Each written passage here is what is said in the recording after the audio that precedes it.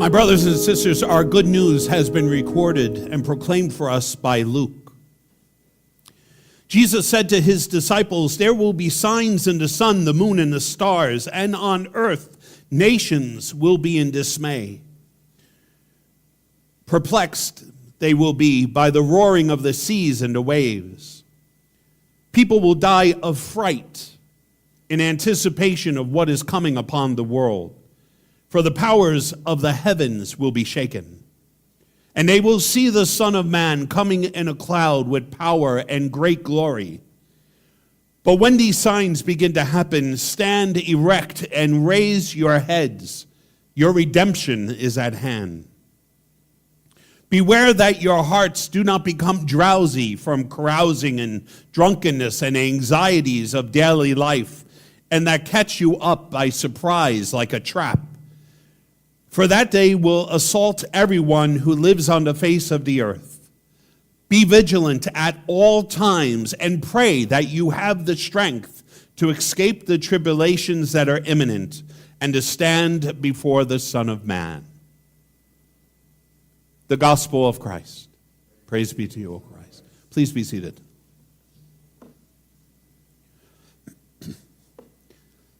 So I woke up this morning giddy, excited. We're getting ready, right, for the living nativity. And for us here at this church, that is a powerful expression of our faith. It is something that brings us together as a community. But I would also say that each and every one of us knows that what happens on those nights when we do the presentation is so much greater than ourselves. We feel and we know God's presence is here. People are touched and moved. People start reflecting upon who they are in relationship with Jesus Christ. It's powerful. There's a anticipation I have that the next 3 weeks can't go fast enough so that we can end up having and doing the first presentation on December 20th.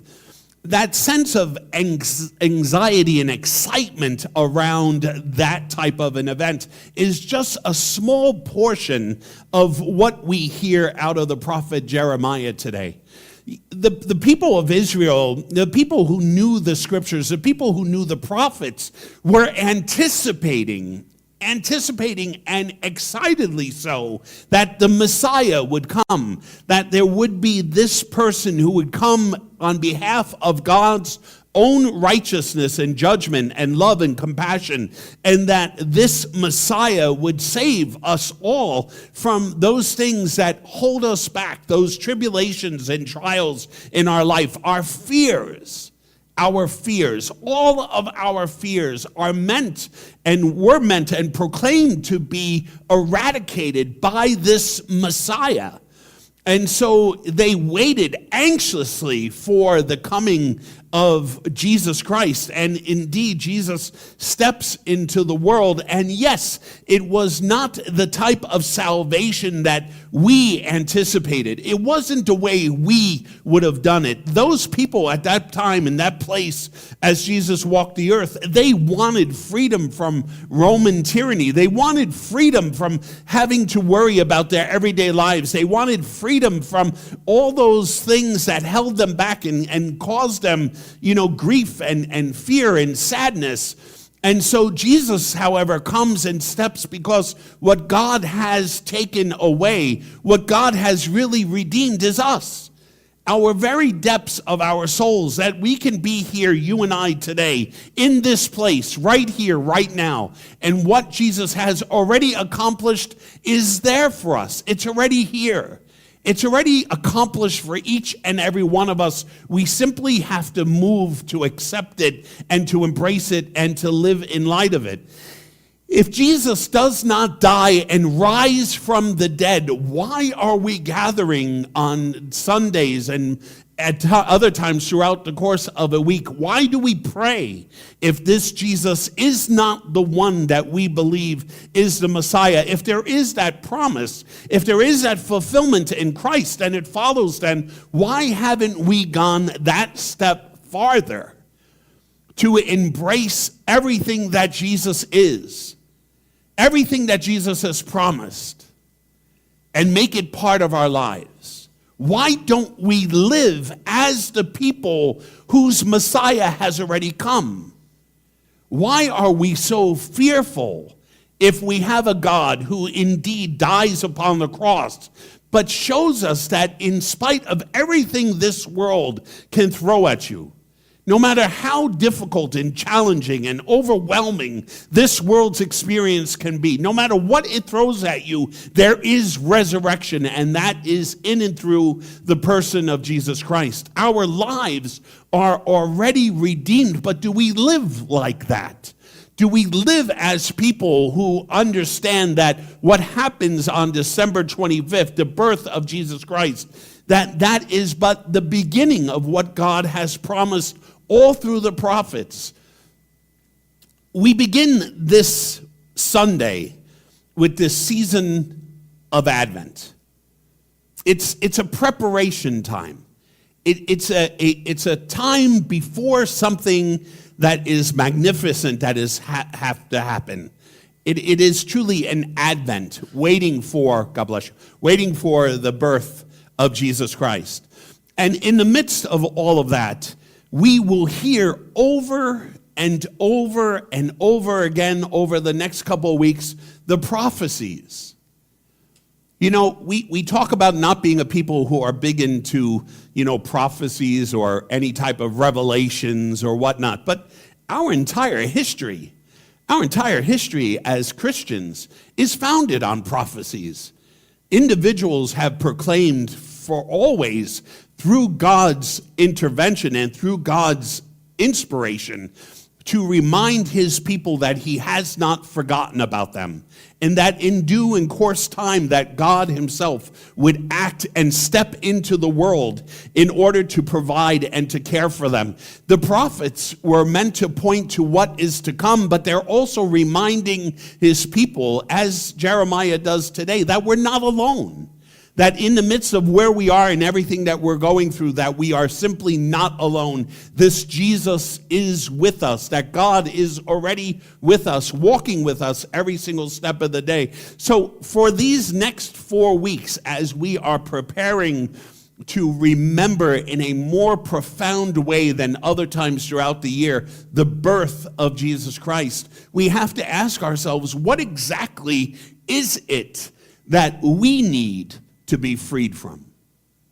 What is it that we believe is so untouchable by God, that God cannot intervene and God cannot repair, God cannot save, God cannot redeem in any way? What is that part of us? What is it that causes us the most fear? If you're looking for a question, the answer to the question of what is it that is you're holding back from God, I would ask you to consider, what is it that causes you to be most afraid? Whatever it is that causes you to be most afraid, that is what it is that we should be bringing before Jesus for our redemption. Because as a Christian people, this is already fulfilled. We live in those end times. I'm not saying that Jesus is coming tomorrow and the world's coming to an end, and people are pointing to all the weather changes and storms and this, that. And listen, not for anything, if you look over our history for 2,000 years since Jesus walked the face of the earth, this stuff's been going on a really long time. But why does Jesus say it? Why does Jesus point that out? So that you and I know that every single day we are living in an end times. Every single day, you and I are living in a time that God has so ordained that nothing in and through our lives is ever separated from him. And despite everything we see, and it's interesting here, because Luke says people will die of fright. People will die of their own fear. And I'm wondering for us as Christians, as we're preparing for the birth of Christ, it's not as though we're waiting for something to happen. It already has. If anything, this time of Advent's meant to remind us that we're already living in what the prophets had hoped and desired and preached and suffered for. No prophet was accepted. None of them in their words. Everyone dismissed them. But we are living in the times that those prophets have already declared true and real for us. Our God has already intervened. Our God has already walked the earth. Our God has already suffered and died and rose again. Our God has already told us how deeply loved and appreciated we are and how precious we are in his sight. Our God's already told us not to be afraid. And yet, you and I, even though we believe in this Jesus, and there are parts of us that do and other parts that don't, we're afraid to bring all of it to God. We are. We hold back. We hold back our own belief. We hold back our own faith. And as a people who are preparing for what God has done in bringing Jesus to life here on earth, I want us to spend the next 4 weeks not so much preparing for Jesus' birth, because that's already taken place. I'd like us to be ready so that as we're getting to that day, you and I are transformed, reformed in our thinking, that we take risks on behalf of our faith. We take risks because we know that God is with us. We take risks to reach out and to love and to care one another. We take risks to put ourselves and to give ourselves more completely to God, to the promises and to the reality that you and I live in. We live as a redeemed people. We live as a people already saved. We live as a people that God already has shown his precious mercy and compassion for. What happened to the joy that comes from all of that? When did we lose all that? When did institutions like this strip it away? When did we allow all that to happen? Because in the end, I think the scriptures stand for themselves. Jesus stands for himself. It's already done. It's already fulfilled. Dare you believe? Dare you not to be afraid? Dare you not to hold back from loving God and loving one another? How much risk are you willing to take for what it is that you believe? That's what this Advent will be about for us as this season. That you and I challenge ourselves in the way we think, and we all hold back. We're all just partially there. Jesus talks about being hot or cold, and if you're lukewarm. I'd say a lot of us are lukewarm. I have days I'm hot. I have days I'm pretty chilly. I probably spend a lot of my time in the lukewarm space. You know, let's be honest. We don't reach out there because we have become so comfortable hearing about Jesus being our salvation, Jesus being our Redeemer. We have become so comfortable with being Christians that we forget that our relationship is with a living, true God who acts and moves and worries and is concerned about us and wants the best for us. But yet we don't include him in what we're all about.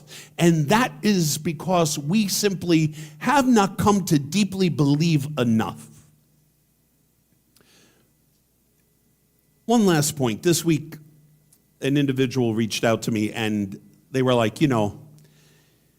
how can you believe that this Jesus, that your Jesus is what he said? I don't know when I ended up having ownership, but how is it that you believe your Jesus is truly the Messiah?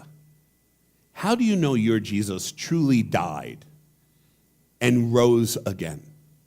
How do you know that? Show me. Give me the witness. Show me exactly what it is that you put your faith in. And I said to him, it's really easy. If you take a look at 12 men that we know about in the scriptures, not to mention all the women and the children who were probably part of this entourage that Jesus brought with him. If you look at them, they all change their lives because of this person, Jesus. Every single one of them moves beyond what they were to being something they were never prepared or had inspiration or a vocation to be as an evangelist. None of them. Yet none of them go back to their ordinary lives. After the resurrection of Jesus, they all change. They all change. They don't become wealthy. They don't have anything established for themselves. They don't have any type of honor or dignity. All they're about is proclaiming what it is that they experienced. And that is this Jesus crucified and risen from the dead. And because of his resurrection, every word that Jesus says is something that they feel compelled to share with everyone else, because his resurrection affirms him being the Messiah. They spend the rest of their lives, and all of them except for John end up giving their life. They are given an option to sacrifice and to deny Jesus Christ, and you will live. And none of them accept that. And that to me is incredibly powerful witness of how real Jesus is. Because then it's not just about those men, it's about all the other people who become Christians. And we've talked about this a couple weeks ago. There is this period of time in the church before scriptures, where it's all about God's Spirit moving from person to person by the mere declaration that this Jesus is the Messiah, the promised one of God. And it caught on like wildfire. And you cannot tell me that was not God's Spirit moving from person to person. No institutions, no scriptures, no one arguing about theology, no one arguing about morality, none of that. It's all simply about coming to and being in relationship with Jesus Christ. I believe that Jesus is the Son of God, died and rose from the dead because of the actions of those men who surrounded him. I know of very few things in my life that I would be willing to give my life for,